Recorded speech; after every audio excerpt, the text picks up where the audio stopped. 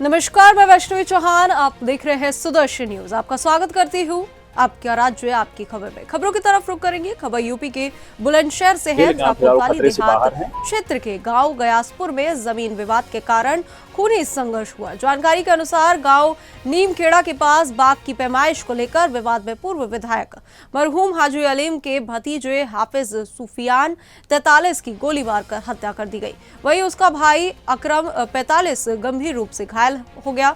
परिजनों ने दोनों को जिला अस्पताल पहुंचाया, जहां चिकित्सकों ने हाफिज सुफियान को मृत घोषित कर दिया। अकरम का इलाज जारी है। वहीं घटना की सूचना मिलते ही एसएसपी दिनेश कुमार सिंह मौके पर पहुंचे और अस्पताल व आसपास के क्षेत्र में सुरक्षा कड़ी कर दी गई। पुलिस ने शव कब्जे में लेकर पोस्टमार्टम कराया और आरोपियों की गिरफ्तारी के लिए जांच शुरू कर दी है। वहीं स्थानीय लोगों में घटना को लेकर आक्रोश और तनाव है। पुलिस लगातार निगरानी बनाए हुए है।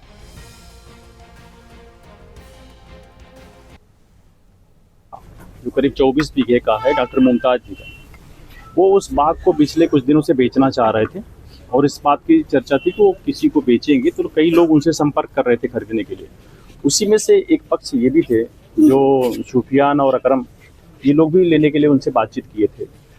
आज शाम को 7:15 बजे नमाज के बाद ये लोग, एक वकील साहब हैं कादिर के साथ, दोनों भाई गए थे वहीं बाग पे कि उसकी जो रोड साइड की एरिया है उसको नाप लें और देख लें कि वो फ्रंट कितना है, जिसके आधार पर उनसे फिर पैसे की बातचीत की जाए। वहाँ ये लोग वही कर रहे थे। इसी बीच एक बता रहे हैं, एक मोटर स्कॉर्पियो से एक व्यक्ति आया जो इनसे फिर पूछताछ करने लगा, बातचीत करने लगा। फिर इनसे वो हार्ट टॉक में कन्वर्ट हो गई और फिर उसके पीछे कुछ और लोग आ गए और वहाँ पे मारपीट की स्थिति बन गई, जिसमें गंभीर चोटें आ गई सुफियान को, जिनको अस्पताल लाया गया। वहाँ पे डॉक्टरों ने उनको डेथ डिक्लेयर कर दिया। अकरम ठीक है, उनको एक थोड़ा बोन है जो डिसलोकेट हो गई है, लेकिन आप फिलहाल वो खतरे से बाहर हैं। खबर अमरोहा से है, जो जनपद अमरोहा के हसनपुर मार्ग से बड़ी सड़क हादसे की खबर सामने आई है। वन विभाग के एसडीओ नरेश जोशी अपनी सरकारी गाड़ी से हसनपुर में आयोजित समाधान दिवस में शामिल होने जा रहे थे। रास्ते में अचानक सामने आई बाइक को बचाने के प्रयास में गाड़ी अनियंत्रित होकर सड़क पर पलट गई। घटना में चालक को गंभीर चोटें आई और सरकारी वाहन पूरी तरह क्षतिग्रस्त हो गया। सूचना मिलते ही 112 पुलिस टीम और स्थानीय राहगीरों ने मौके पर पहुंचकर पलटी हुई गाड़ी को सीधा किया। घायल चालक को तुरंत नजदीकी अस्पताल में भर्ती कराया गया, जहां उसकी हालत गंभीर बनी हुई है। प्रत्यक्षदर्शियों के अनुसार यदि बाइक को बचाने के दौरान गाड़ी का संतुलन ना बिगड़ता तो बड़ा हादसा टल सकता था। पुलिस ने पूरे मामले की जांच शुरू कर दी है। बाइक वाला आ गया अचानक से, तो ब्रेक लिए तो गाड़ी स्पीड थी थोड़ी, तो पलट गई गाड़ी। तो इसमें कोई घायल हुआ कुछ चोट? वेल हाँ, थोड़ी चोट मेरे लगी और अर्दली है एसडीओ साहब को, उसके भी लगी थोड़ी चोट। अच्छा, तो किस विभाग की गाड़ी है ये फॉरेस्ट डिपार्टमेंट। अच्छा, अमरोहा। अच्छा, अमरोहा से कहाँ जा रहे थे आप? खबर आजमगढ़ से है, जो गंभीरपुर थाना क्षेत्र के गंभीरपुर बाजार में रविवार देर रात एक दिल दहला देने वाली सड़क हादसा हुआ। ठेकमा से आजमगढ़ की ओर जा रहे अपाचे बाइक पर सवार 2 युवकों को तेज रफ्तार ट्रेलर ने जोरदार टक्कर मार दी। टक्कर इतनी भीषण थी कि दोनों युवकों की मौके पर ही मौत हो गई और उनके सर धड़ से अलग हो गए।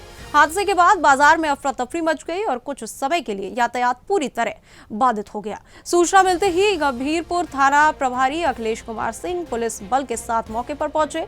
वहीं पुलिस ने शवों को कब्जे में लेकर पोस्टमार्टम के लिए जिला अस्पताल भेजा और यातायात सुचारू कराया। सीओ सदर आस्था जायसवाल ने बताया कि मामले में जांच चल रही है और कानूनी कार्रवाई की जा रही है। थाना गंभीरपुर के अंतर्गत कस्बा गंभीरपुर में एक ट्रेलर एवं एक अपाचे मोटरसाइकिल की भिड़ंत हो गई और इसमें मोटरसाइकिल सवार संतोष यादव पुत्र मुन्ना यादव, जिनकी उम्र 40 वर्ष थी, जो सिंगड़ा थाना गंभीरपुर के निवासी थे, एवं संदीप यादव पुत्र अमिताभ यादव, जिनकी उम्र 32 वर्ष थी और वो भगवानपुर थाना बड़दा के निवासी थे। उन दोनों व्यक्तियों की मौके पे मृत्यु हो गई। इस क्रम में ट्रेलर के चालक एवं खलासी को हिरासत में ले लिया गया है एवं बॉडीज को मोर्चरी भिजवा के आगे की अग्रिम विधि कार्य। खबर गोंडा से है, जहां नंदिनी निकेतन में ब्रजभूषण शरण सिंह के द्वारा आयोजित राष्ट्र कथा में भोजपुरी सुपरस्टार पवन सिंह पहुंचे। अपनी मधुर आवाज और प्रस्तुति से उन्होंने उपस्थित जनसमूह को मंत्रमुग्ध कर दिया। मीडिया से बातचीत में पवन सिंह ने कहा कि राष्ट्र कथा में आकर उन्हें बहुत अच्छा लगा। उन्होंने इस अवसर पर पूजा पाठ और धार्मिक कार्यक्रमों पर ध्यान केंद्रित करने की बात कही।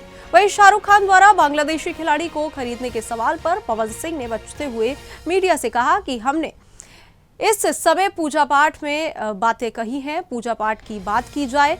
इसके बाद उन्होंने तुरंत कार्यक्रम की ओर बढ़कर धार्मिक अनुशासन का पालन किया। इस अवसर पर उपस्थित लोगों ने भोजपुरी स्टार की प्रस्तुति और उनके सादगीपूर्ण अंदाज की खूब सराहना की। ये मेरा सौभाग्य है कि मुझे आने का मौका मिला। कथा में आए थे, कैसा लगा? बहुत सुंदर, बहुत अच्छा लगा, तिवारी जी बहुत सुंदर। जिस तरीके से शाहरुख खान ने बांग्लादेश के प्लेयर को लिया है, हमने के अभी पूजा पाठ में बानी जा, पूजा पाठ की बात किया जाए। ये मेरा खबर गोंडा से है, जहां नवाबगंज के नंदिनी निकेतन में आयोजित राष्ट्रकथा में जम्मू कश्मीर के राज्यपाल मनोज सिन्हा पहुंचे और सदगुरु रितेश्वर महाराज द्वारा सुनाई जा रही कथा का आनंद लिया। कथा के बाद पत्रकारों से बातचीत में सिन्हा ने बताया कि राष्ट्रकथा युवाओं के लिए प्रेरणा का स्रोत है। उन्होंने कहा कि भारत का योगदान यूरोपीय देशों की जीडीपी में सबसे अधिक है और ये इतिहास के गुलामी के तौर में लूटे गए यश और वैभव की भरपाई का प्रतीक है। मनोज सिन्हा ने मोदी सरकार की उपलब्धियों का उल्लेख करते हुए कहा कि पिछले 10 से 11 वर्षों में भारत की आर्थिक ताकत विकसित हुई है और भारत दुनिया की चौथी सबसे बड़ी अर्थव्यवस्था बन गई है। उन्होंने ये भी कहा कि युवाओं का सरकार कथा और सनातन भारत को मजबूत करेगा। कार्यक्रम के बाद सिन्हा नंदिनी निकेतन से अयोध्या के लिए रवाना हुए, वहां से दिल्ली जाएंगे। ब्रजभूषण शरण सिंह जी मेरे घनिष्ठ सहयोगी और मित्र हैं। पूरे देश में एक राष्ट्र आध्यात्मिक और सांस्कृतिक पुनर्जागरण का कालखंड पिछले कुछ वर्षों में शुरू हुआ है। ब्रजभूषण सिंह जी की रुचि भी अध्यात्म में पुरानी है और राष्ट्र कथा का आयोजन मैं समझता हूं कि यहाँ के युवाओं को, विशेष रूप से इस अंचल के युवाओं को एक प्रेरणा देगी, जो विकसित भारत के संकल्प को पूरा करने के लिए अपने अधिकारों के साथ साथ कर्तव्य की भी चिंता करेंगे। मोटे तौर पर भारत का एक स्थान पूरी दुनिया के जीडीपी में जो कंट्रीब्यूशन भारत का था, उसके समक्ष यूरोपियन राज्य और अमेरिका का भी कंट्रीब्यूशन नहीं हुआ करता था।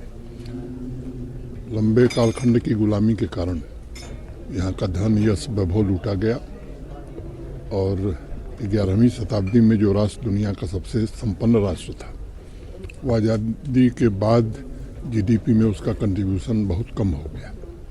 पिछले 10-11 वर्षों में देश की आर्थिक ताकत काफ़ी विकसित हुई है और जो इंग्लैंड हमसे 45 ट्रिलियन डॉलर लूट के ले गया, उसी इंग्लैंड को पीछे छोड़ करके दुनिया की हम चौथी बड़ी अर्थव्यवस्था बन गए। मैं उम्मीद करता हूं कि आज दुनिया की सबसे तेज गति से बढ़ने वाली अर्थव्यवस्था युवाओं के संकल्प से ही, क्योंकि वही मुझे लगता है कि इस राष्ट्र को वैभव पर ले जाएंगे, फिर से विकसित भारत बनेगा। मैं ब्रजभूषण सिंह जी को इस आयोजन के लिए हृदय से बधाई देना चाहता हूं।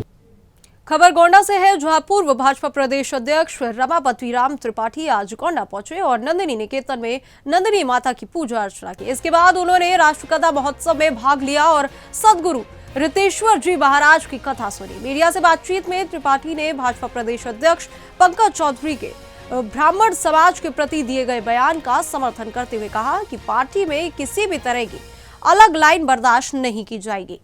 उन्होंने जोर देकर कहा कि पार्टी को कमजोर करने वाले कार्यों पर रोक लगना चाहिए। सपा और अखिलेश यादव पर निशाना साधते हुए त्रिपाठी ने कहा कि सपा सुप्रीमो घबराए हुए हैं और उनके पास कोई मुद्दा नहीं बचा। उन्होंने पीटीए गठजोड़ को पूरी तरह विफल करार दिया और कहा कि भाजपा देश और दुनिया में सर्वमान्य पार्टी बन चुकी है। हताशा और निराशा है, क्या है उनके पास सब कुछ, तो बैठक करना, लोगों को भोजन कराना, ये तो प्रक्रिया का अंग है, तो इस पर मैं कोई टिप्पणी नहीं करूंगा। उन्होंने कहा कि आज हमने लिट्टी चोखा का कार्यक्रम किया है, 27 में भाजपा को हम साफ कर देंगे, क्या कहेंगे आप? वो साफ हैं, वो और साफ हो जाएंगे। भाजपा को तो छू नहीं पाएंगे। भाजपा आज इतनी देश की सर्वमान्य पार्टी हो गई। आज 24 ऐसे प्रांत हैं जहाँ भाजपा के या भाजपा के सहयोगी मुख्यमंत्री हैं। आज देश ही नहीं, विश्व में श्रीमान नरेंद्र मोदी जी का नेतृत्व अनुकरणीय है। लोग उनसे मिलना चाहते हैं, लोग उनका सम्मान करते हैं। तो आज भाजपा जिस ऊंचाई पर पहुंच चुकी है, उसको छूने में उनको बड़ा समय लगेगा। लेकिन स्वाभाविक है, कोई भी राजनीतिक दल चलाता है तो अपनी बातें तो रखता ही है। हताशा और निराशा जहां न्यू सिविल लाइन क्षेत्र में ट्रायंगुलर इंटरमीडिएरीज कंपनी के डायरेक्टर रामू ने अपने कर्मचारी और प्रशासन पर गंभीर आरोप लगाए हैं। उन्होंने कहा कि कंपनी का डेटा और फंड अन्य खातों में ट्रांसफर किया जा रहा है, जबकि शिकायत देने के बावजूद पुलिस ने कोई कार्रवाई नहीं की। रामू ने मीडिया से बातचीत में बताया कि कई दिनों से पुलिस और प्रशासनिक अधिकारियों के चक्कर लगाने के बाद भी उनकी शिकायत पर कोई उचित कदम नहीं उठाया गया। उन्होंने ये भी आरोप लगाया कि हरदोई शहर कोतवाली पुलिस केवल खाना पूर्ति कर रही है और अभी तक किसी भी आरोपी के खिलाफ कोई मुकदमा दर्ज नहीं हुआ है। डायरेक्टर रामू का कहना है कि इस मामले की सही जांच हो और दोषियों को तुरंत कानूनी कार्रवाई के तहत लाया जाए ताकि कंपनी के हित सुरक्षित रहे। Intermediate services private limited company हमारी है, जिसमें हम डायरेक्टर हैं, 3 लोग, हमारी वाइफ है और हम हैं और एक हमारा भतीजा है। हमारा एक लड़का काम कर रहा था, अंकुश गुप्ता, और एक आकाश कुमार। जो अंकुश गुप्ता जो थे अकाउंटेंट की पोस्ट पे थे, 5 साल से हमारे यहाँ काम कर रहे थे। पूरा डेटा उसी के पास था। हमारी कंपनी से क्या किया, हमारा डेटा उठा के दूसरी कंपनी में लगा के अपने खाते पे पेमेंट ले लिया। मैंने जब उससे अकाउंट स्टेटमेंट मांगा तो आज तक मुझे ना स्टेटमेंट नहीं दिए है, किसी के भी, ना आकाश ने दिए हैं, ना ही तो अंकुर गुप्ता ने दिए हैं। मैंने जब मांगा तो जान लेने की धमकी दे रहा कि आप निकलोगे हम तुम्हें मारेंगे भी बहुत हैं, अब आप हमसे दोबारा स्टेटमेंट के लिए कोई बात मत करिएगा। तो इस हिसाब से सर फिर हमने FIR जो की वो हमारे IGRS से DM साहब को भी दी थी और SP सर को भी वहाँ से SP ऑफिस में भी दी थी IGRS के माध्यम से। फिर हमें वहाँ शहर कोतवाली में बुलाया गया। हम गए वहाँ पर, दरोगा जी से मिले भी थे, तो उन्होंने हमको सिम और हमारी ID कार्ड, मेल ID और ID कार्ड ये हमारा वापस करा दिया उन्होंने। उसकी एप्लीकेशन मैंने समझौता कर लिया, हमने दे दिया। हमने उनसे कहा स्टेटमेंट। और बढ़ते अगली खबर की ओर। अगली खबर हरदोई से है, जहां 15 वर्षीय गुमशुदा किशोर का शव शहर कोतवाली क्षेत्र में निर्माणाधीन बाईपास की सीमेंट स्लैब के नीचे मिला। घटना की जानकारी मिलते ही परिजनों में कोहराम मच गया। जानकारी के अनुसार आज सुबह परिजनों ने लड़के की गुमशुदगी की रिपोर्ट कोतवाली शहर में दर्ज कराई थी। रिपोर्ट दर्ज होने के कुछ ही समय बाद युवक का शव निर्माणाधीन साइट पर पाया गया। मौके पर पहुंची पुलिस ने शव को कब्जे में लेकर पोस्टमार्टम के लिए भेजा। शहर कोतवाली पुलिस पूरे मामले की संपूर्ण जांच कर रही है और शव मिलने के कारणों की पुष्टि कर रही है। इस घटना ने पूरे इलाके में चिंता और डर का माहौल बना दिया है। पुलिस ने क्षेत्रीय सुरक्षा बढ़ा दी है और सभी बिंदुओं पर जांच तेज कर दी है। थाना कोतवाली शहर पर सूचना प्राप्त हुई कि थाना क्षेत्र के 52 रोड पर निर्माणाधीन बाईपास में एक सीमेंट स्लैब के नीचे एक व्यक्ति के दबे होने की सूचना है।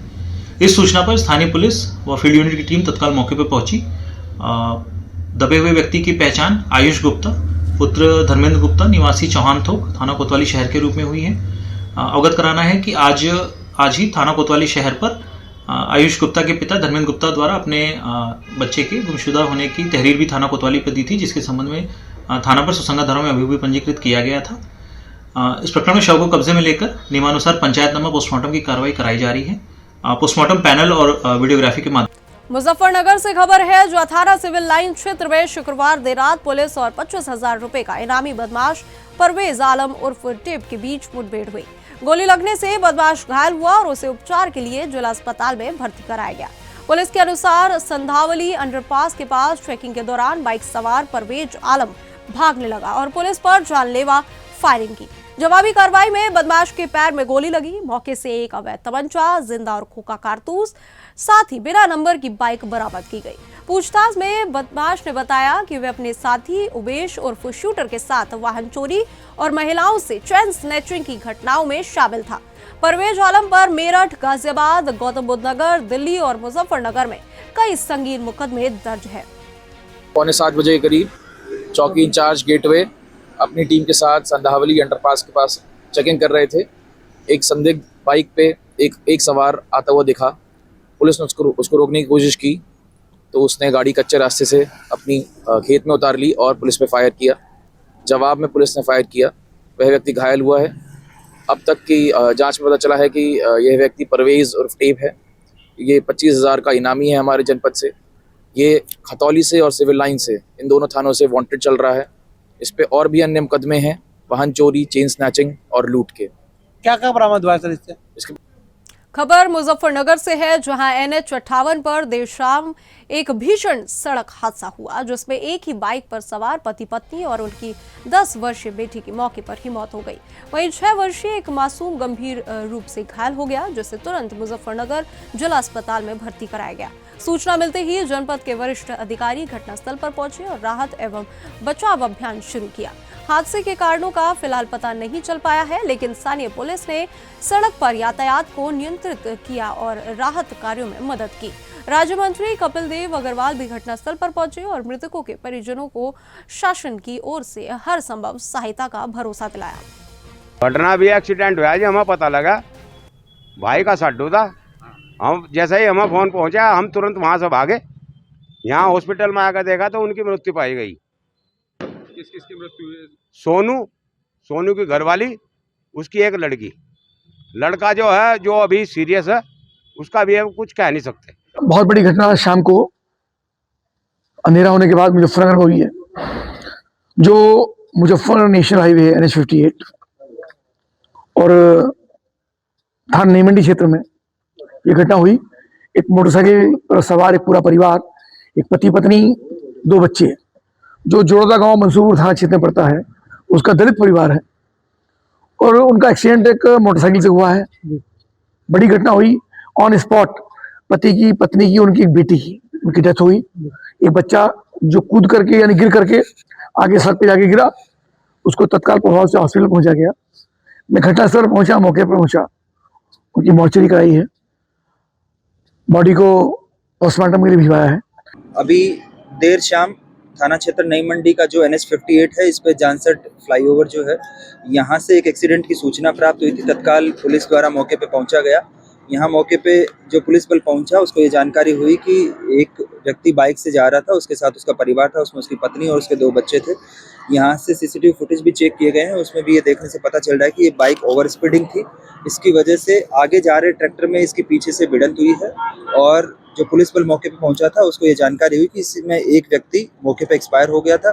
इसकी पत्नी और इसके बच्चे जो घायल हुए थे, उनको तुरंत यहाँ से जो नज़दीकी हॉस्पिटल है वहाँ पे भेजा गया था।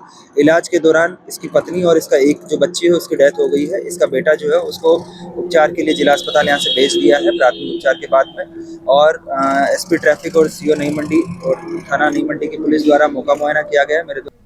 और अगली खबर बिहार के दरभंगा से, जहां बहेरी प्रखंड में विश्व हिंदू परिषद और बजरंग दल के तत्वावधान में बांग्लादेश में हिंदुओं पर हो रहे नरसंहार के विरोध में आक्रोश मार्च निकाला गया। इस दौरान मुख्य अतिथि के रूप में विश्व हिंदू परिषद के सहजिला मंत्री राजीव प्रकाश मधुकर मौजूद रहे।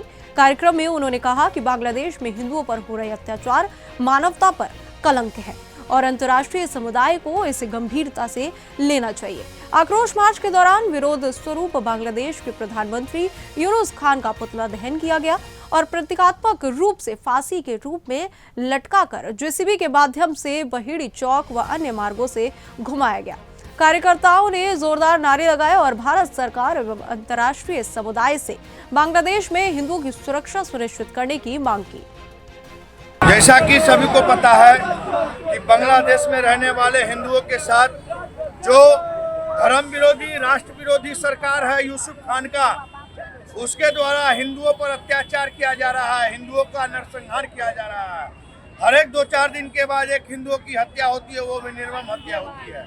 मैं उसका विश्व हिंदू परिषद, बजरंग दल घोर निंदा करता हूँ और सरकार से मांग करता हूँ कि ऐसे विधर्मी सरकार को, ऐसे राष्ट्र विरोधी सरकार को, धर्म विरोधी सरकार को औकात दिखाने की काम करे। मैं अपने देशवासियों से ये कहना चाहता हूँ कि देश के बाहर तो दुश्मन दिख रहा है, लेकिन देश के अंदर जो दुश्मन है पहले उसको हटाने का काम करे। आज बांग्लादेश में हमारे हिंदुओं को मारा जा रहा है, उसका नरसंहार हो रहा है, लेकिन ये हरामखोर शाहरुख खान जो आईपीएल में बांग्लादेशी एक खिलाड़ी को करोड़ रुपया से दाम देकर उसको खिलाया जा रहा है, हम लोग इसका घोर विरोध करते हैं। देश में हिंदू सरकार तानाशाह जो हिंदुओं पर अत्याचार कर रहा है, हिंदुओं को गोली मरवाने का काम कर रहा है, हिंदुओं को जलाने का कार्य हो रहा है। हमें प्रधानमंत्री से मांग है उसको सैनिक कार्रवाई करे या उसको काट करके जहाँ जहाँ हिंदू है बांग्लादेश में उसे भारत में मिलाया जाए, तभी हम लोग शांति से बैठेंगे। अब हिंदुओं को सबर का बांध टूट चुका है, ये धर्म युद्ध हो चुका है, इससे सभी हिंदुओं को अब एकजुट होने का समय आ गया है। नहीं तो वो जो पाकिस्तान में हो रहा है, बांग्लादेश में हो रहा है हिंदू अत्याचार, वो भारत में भी कहीं कहीं हो रहा है। इससे सरकार को और एक्शन ले, जितना भी घुसपैठी है चुन चुन को निकाले, फांसी आधार कार्ड वाला जो 30 साल से रह रहा है, 40 साल से रह रहा है, सबको निकाले।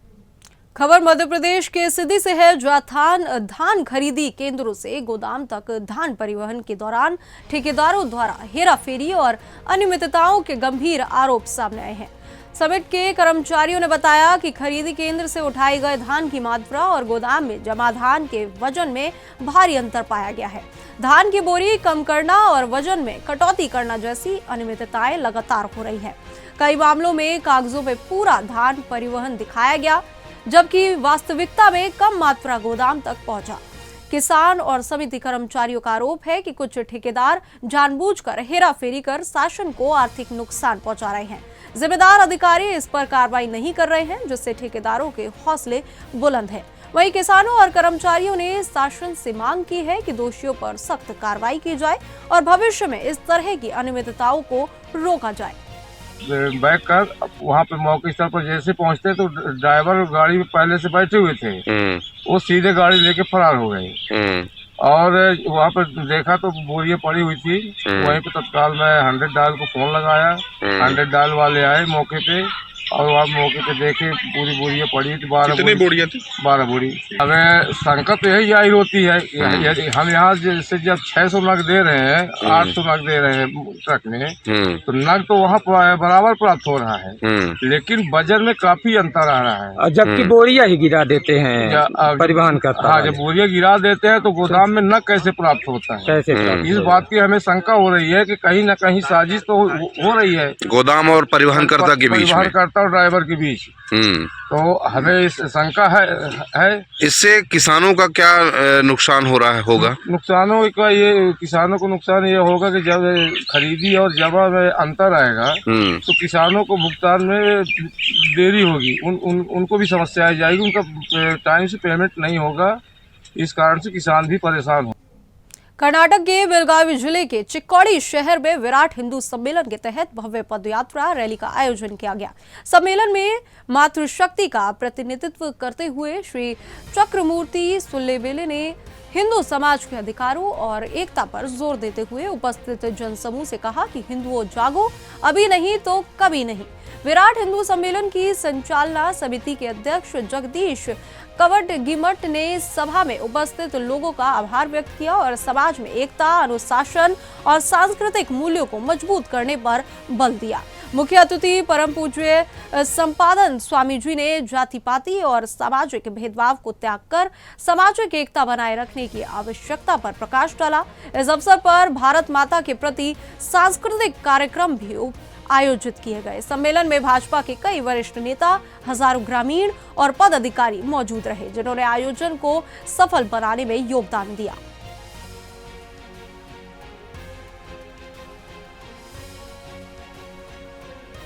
कर्नाटक के बेलगावी जिले के अथनी में डीसीसी बैंक कामगार यूनियन के अध्यक्ष दोबारा करना पड़ेगा ये न्यूज निमगप्पा इस न्यूज को दोबारा ले लेते हैं। कर्नाटक के बेलगावी जिले के अथनी में डीसीसी बैंक कामगार यूनियन के अध्यक्ष निमगप्पा करीनवर्ग पर गंभीर हमला हुआ। निमगप्पा ने आरोप लगाया कि पूर्व डीसीएम लक्ष्मण सबदी और उनके पुत्र चिदानंद सब्दी ने उन्हें अपने घर बुलाकर जानलेवा हमला किया। निगंबा के अनुसार बातचीत के लिए बुलाए जाने के बाद अचानक उन पर हमला किया गया, जिससे उनका सिर फट गया। गंभीर रूप से घायल निगंबा को स्थानीय निजी अस्पताल में भर्ती कराया गया है। उन्होंने कहा कि यदि सरकार ने सब्दी के खिलाफ कार्रवाई नहीं की तो वे आत्महत्या करने पर मजबूर हो जाएंगे। इस मामले में यूनियन अध्यक्ष ने वीडियो मैसेज के माध्यम से भी आरोपों की पुष्टि की है। वहीं स्थानीय प्रशासन ने फिलहाल मामले की जांच शुरू कर दी है और ये घटना राजनीतिक और श्रमिक संगठन के लिए गंभीर चिंता का विषय बनी हुई है। और फिलहाल इस बुलेटिन में इतना ही। देश और दुनिया की तमाम खबरों के लिए हमारे साथ बने रहे और देखते रहे सुदर्शन न्यूज। जय हिंद।